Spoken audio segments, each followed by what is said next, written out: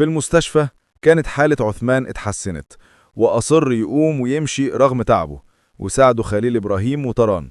وبعدها طلب من نور وسما يصوروا لقطة ليهم كلهم مع بعض.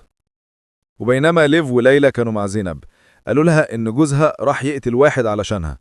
فقالت زينب: مش عارفة أفرح ولا أزعل، كل الناس عرفت اللي عمله جوزي وأنا آخر واحدة تعرف.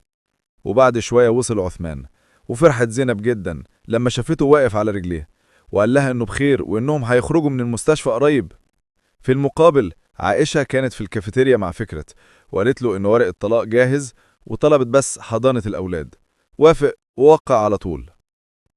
بعدها راحت عائشة تزور زينب، لكن عملت مشكلة مع نرجس ودملاء بره الأوضة. وبعدين دخلت. أول ما دخلت قالت لزينب ببرود: انتي مش هتقدري تخلفي تاني. انهارت زينب من الصدمة، وطلبت منها تطلع بره. وبعد ما خرجت فضلت تبكي وهي حاطة ايديها على بطنها، مش قادرة تصدق اللي سمعته. وبكده تنتهي أحداث الحلقة 82 من مسلسل حب بلا حدود.